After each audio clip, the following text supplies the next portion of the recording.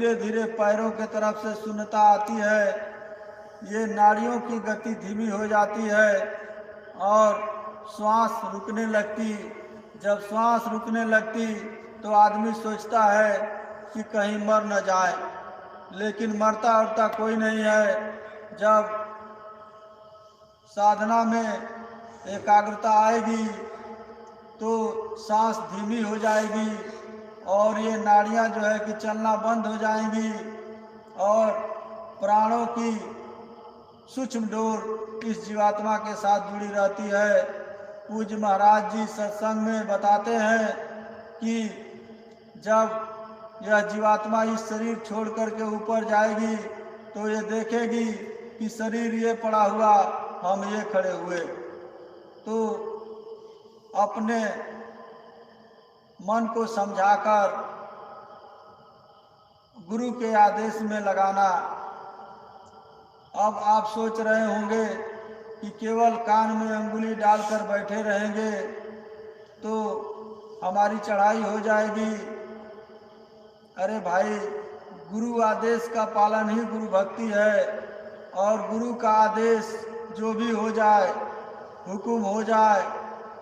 जिस तरह से गुरु नानक साहब ने मुर्दा खाने का हुक्म दिया, एक गुरु अंगद देव जी निकले।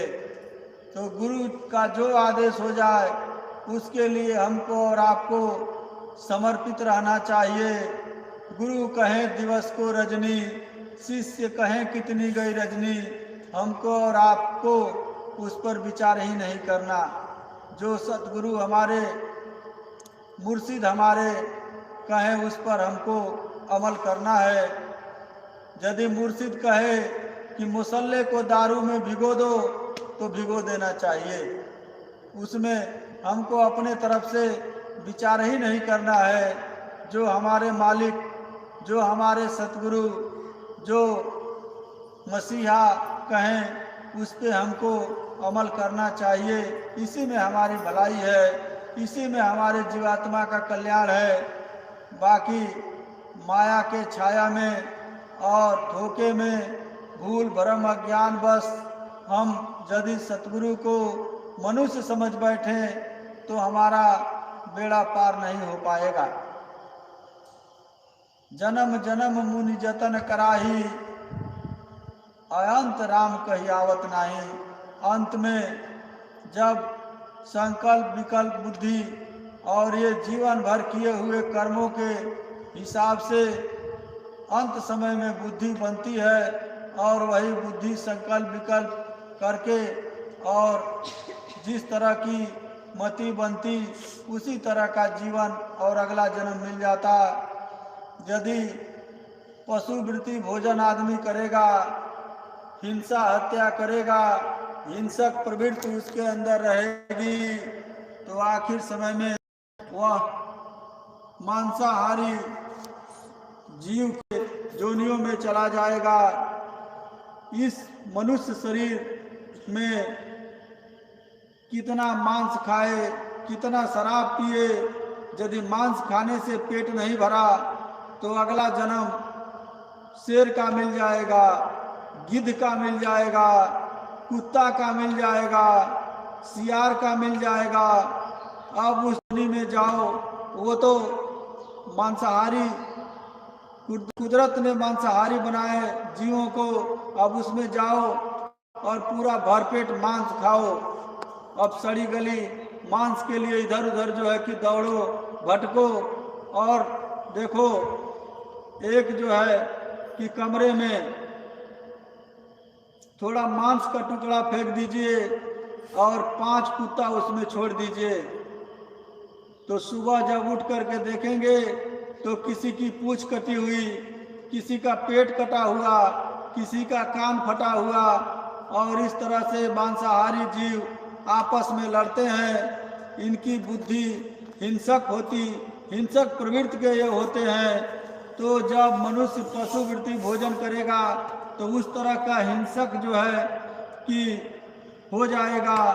जब तक हिंसक इंसान रहेगा धरती पर तूफान रहेगा, यह प्रमाण है।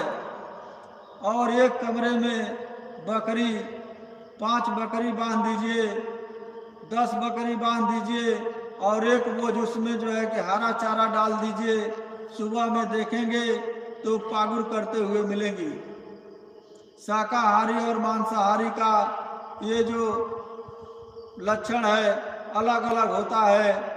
शाकाहारी जीव वो होते हैं जो पानी खींच कर पीते हैं और मांसाहारी जीव होते पानी चाट चाट करके पीते हैं। तो कुदरत ने ये क्लासिफिकेशन यानी वर्गीकरण किया। तो मनुष्य जो है कि शाकाहारी श्रेणी में आता है, लेकिन मनुष्य की अकल मारी गई।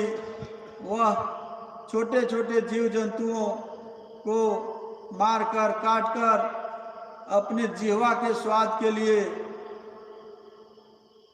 यह बहुत गलत बात है।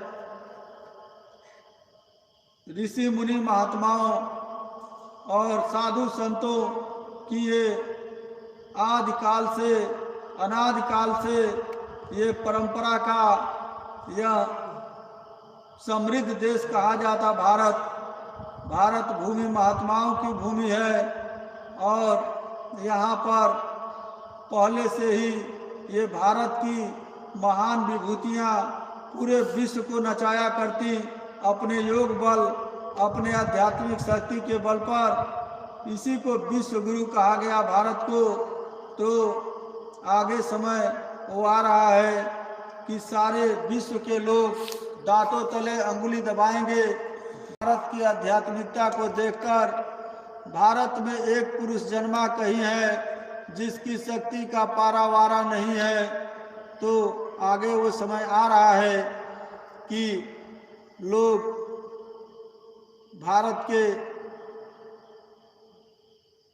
भारत में आएंगे और यहाँ विदेशों की नारियाँ ये भारत की माताओं बहनों के तरह से चोटी रखेगी और भारत के गलियों में यही जो भक्ति भजन का गाना और प्रार्थना भजन गाते हुए मिलेंगी। तो आगे समय वो आ रहा है। इसके लिए हमको और आपको शाकाहारी का प्रचार गांव गोद लेकर और गांव-गांव में लोगों को समझाना, शाकाहार के प्रति प्रेरित करना और अपने दरबार से जोड़ना। पूज्य दादा गुरुजी महाराज का भंडारा 1 दिसंबर से 5 दिसंबर तक मथुरा आश्रम पर मनाया जाएगा। उसमें आप नए जीवों को ले आकर नामदान दिलवाइए, वो भजन में लग जाएंगे तो उसका लाभ आपको भी होगा। गुरु नानक साहब ने कहा, आप जपो और वो जपाओ, कहे नानक निश्चय मुक्ति पाओ।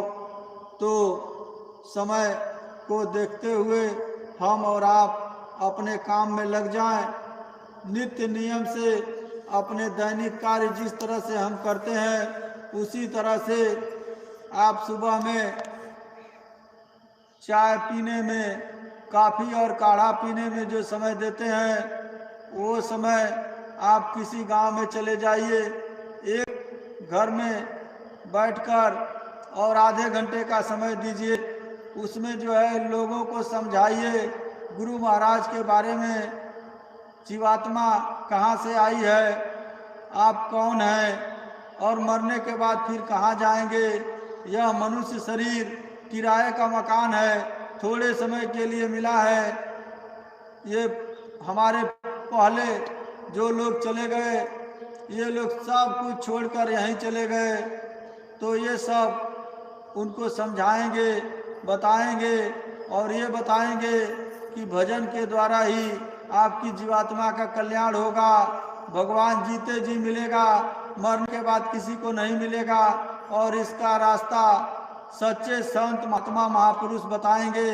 और ये सब समझाकर बताकर जब उनको मथुरा दरबार में ले आएंगे, वो लोग जुड़ जाएंगे, भजन में लग जाएंगे। तो भजन ही सार है, यही साथ जाएगा। यह सब उनको समझाइए, शाकाहार पर समझाइए, गुरु महाराज के मिशन व कार्यों के बारे में बताइए कि गुरु महाराज का क्या उद्देश्य। गांव-गांव में भजन केंद्र स्थापित करना, गांव के लोगों को शाकाहारी बनाना। जब गांव जग जाएगा तो पूरा समाज जो है कि बदल जाएगा, और समाज बदल जाएगा तो पूरा देश बदल जाएगा। इसलिए हमको और आपको इस मुहिम को चलाना है, और पूज्य महाराज जी के आदेश निर्देश के पालन में हमको और आपको जय गुरुदेव नाम का झंडा लेकर ये बुलंदी के साथ ये गांव गांव में जाकर, घर घर में जाकर लोगों को यह संदेश दे दीजिए कि आगे समय बहुत खराब आ रहा, भयंकर बीमारियां आ रही हैं, इससे बचने के लिए लोग शाकाहारी हो जाएं, किसी भी मादक वस्तुओं और नशों से परहेज करें। यह सब संदेश आप दे दीजिए। जय गुरुदेव। इसी के साथ हम अपने वाणी पर विराम देते हैं।